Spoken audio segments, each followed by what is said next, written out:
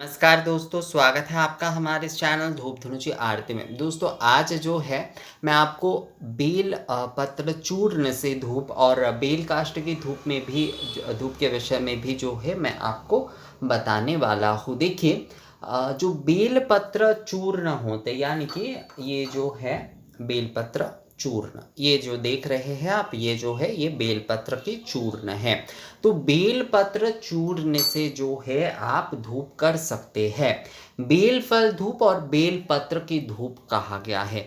Bell काष्ठ की धूप बहुत सारे लोग कहते हैं, पर बेल काष्ठ की धूप जहाँ तक मैंने देखा कि बेल काष्ठ की धूप जो है वो विशेष कुछ विधि आदि में ही किए जा सकते, वो सभी विधि में जो है नहीं किया जा सकता। पर हाँ, जब आप दशांग धूप हवन आदि कर रहे हैं, धूपाग्नि यानी धूपाग्नि जो है होमाग्नि की तरह प्रज्वलन कर रहे हैं, धुनुची में ही जो है आप अग्नि प्रज्वलन कर रहे हैं, तब आप जो है बेल काष्ठ जो है उसका अवश्य प्रयोग कर सकते हैं। बेल काष्ठ का जो है वो आप अवश्य प्रयोग कर सकते, यानी कि अग्नि जब जो है प्रज्वलन कर रहे हैं आप जो है धूपाग्नि यानी धुनुची में ही जब आप दशांग धूप होम कर रहे हैं, संक्षिप्त होम कर रहे हैं, तो उसमें आप जो है ये आप प्रज्वलन कर सकते, ये आप बेल काष्ठ के माध्यम से जो है वो आप कर सकते हैं। दोस्तों बेल काष्ठ के माध्यम से आप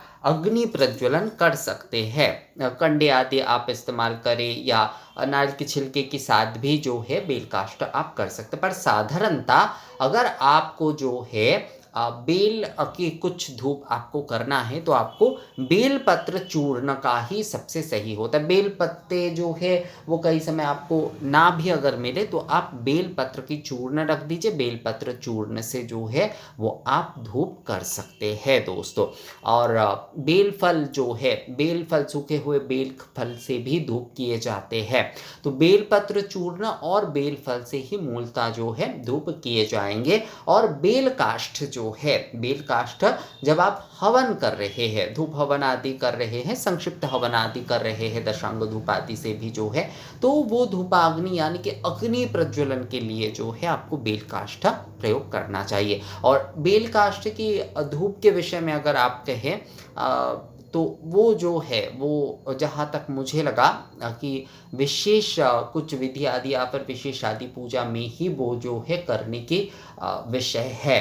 आप जो है अगर बेल का कुछ धूप करना चाहते माता की प्रति के लिए जो है, क्योंकि माँ को जो है बेल फल और बेल पत्र तो बहुत प्रिय है माँ को, तो इसलिए जो है अगर बेल संबंधित कोई जो है आप धूप करना चाहते तो उसमें आप बेल पत्र से अगर कर पाते तो बहुत अच्छी बात है। अगर बेल पत्र नहीं है तो सूखे हुए आप बेल पत्र की चूर्ण थोड़ा सा अवश्य रख दीजिए उसमें, या फिर जो है सूखे हुए बेल फल से करिए। तो मुझे तो लगता है कि सबसे ज़्यादा आसान जो है वो बेलपत्र का चूर्ण से धूप करना ही है। यानी कि आप बेलपत्र सूखे हुए बेलपत्र जो है चूर्ण करके रख सकते हैं और बहुत आसान भी रहेगा ये जो है रखना। एक डब्बे में आप भरकर रख दीजिए और उसके बाद जो है उससे आप धूप करिए माता को। तो बेलपत्र की चूर्ण जो है, देखिए बेलपत्र चूर्ण जो है वो इस तरह से जो है हमें धूप में हमें देना है। धुनुची धूप जैसे प्रज्वलन किए जाते हैं, बिल्कुल जो धूपाग्नि के साथ नारियल के छिलके आदि के साथ जिस तरीके से धुनुची धूप प्रज्वलन किए जाते हैं,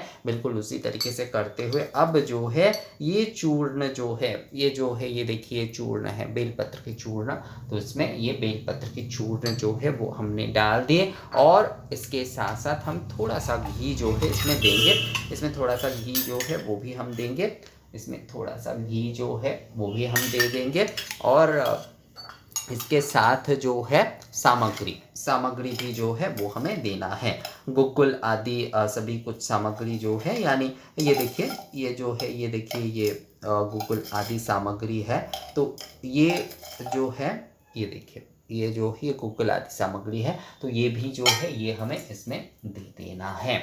अब जो है जिस प्रकार से देखिएगा, ऐसे जब आप बेल पत्र की चूर्ण घी के साथ दे रहे हैं ना, बहुत सुंदर सा एक जो है सुगंध होता है। आप कभी भी जो है करके देखिएगा, बहुत सुंदर सा एक सुगंध होता है और यही सुगंध जो है धूम्र माध्यम से हमें जो है माँ को प्रदान मतलब धूप धूम्र के माध्यम से जो है माँ को हमें निवेदन करना है।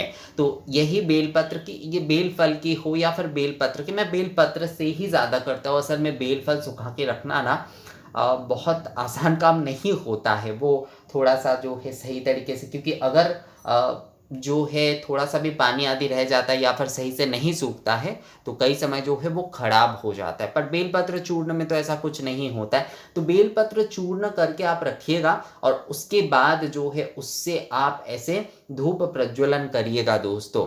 माता को जो है बेलपत्र, घृत और सामग्री आदि के साथ यानी गुग्गुल धुना आदि के साथ जो है आप ऐसे धूप करिएगा। तो देखिएगा एक बहुत ही सुंदर सा सुगंध होता है ये बेलपत्र चूर्ण से, जब आप जो है माँ को आप धूप प्रज्वलन करेंगे माँ के लिए।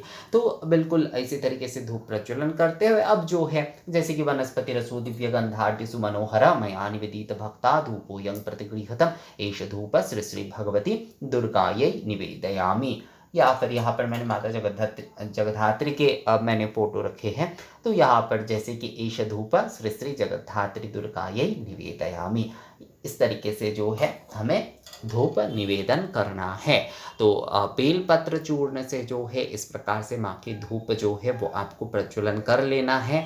और बेलपत्र किस तरीके से बेलपत्र संग्रहित, सूखे हुए बेलपत्र संग्रहित करते हुए किस तरीके से चूर्ण करना चाहिए, वो मैंने जो है ऑलरेडी एक दूसरे वीडियो में आप लोगों के लिए दिखाया है, बताया है। तो आप लोग वो वीडियो भी ज़रूर चेक करिएगा। तो यहाँ पर बेलपत्र की चूर्ण के साथ घृत और सामग्री के साथ माँ को आपको इस प्रकार से धूप करना है। बहुत ही सहज और सरलता से आप इन सारी चीज़ों को जो है संग्रहित कर भी सकते हैं और माँ के लिए, क्योंकि माँ को बेलपत्र के बेल संबंधित कोई भी धूप जो है माँ को बहुत प्रिय होता है। इसलिए अगर आप धूप हवन कर रहे हैं तो उसमें थोड़ा सा बेल काष्ठ, माँ के लिए धूप हवन कर रहे हैं तो उसमें आप बेल काष्ठ से धूपाग्नि होमाग्नि प्रज्वलन करके माँ की आप धूपाहुति आदि कर सकते हैं। और धूप में भी जो है इस प्रकार से आप बेलपत्र चूर्ण से जो है धूप करिए माँ को। हाँ, ये जो है बहुत ही जो है ये आप जब भी ये बेलपत्र की धूप आप प्रज्वलन करेंगे ना दोस्तों, तो आपको खुद ही समझ में आ जाएगा कि बेलपत्र की ये जो सुगंध है यही माँ को प्रिय है, यही माँ को प्रिय है। बेलपत्र, तुलसी काष्ठ भी जो है प्रज्वलन जो किए जाते हैं उसके भी ये सुगंध, वही सुगंध दिए जाते हैं।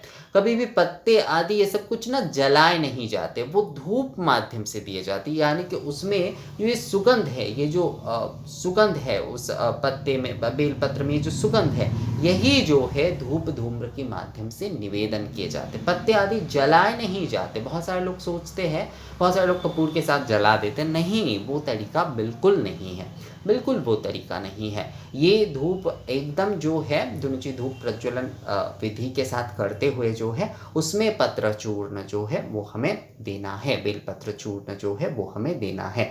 क्योंकि जो है दोस्तों वही जो है सही तरीका होता है पत्र चूर्ण घृत और सामग्री के साथ करने का। जो सुगंध होता है बेलपत्र की, उस सुगंध को ही जो है धूप धूम्र माध्यम से माँ को निवेदन किए जाते हैं। तो ये वीडियो कैसा लगा आप लोगों को मुझे कमेंट्स करके ज़रूर बताइएगा। मिलते हैं आपसे अगले वीडियो में, तब तक के लिए नमस्कार।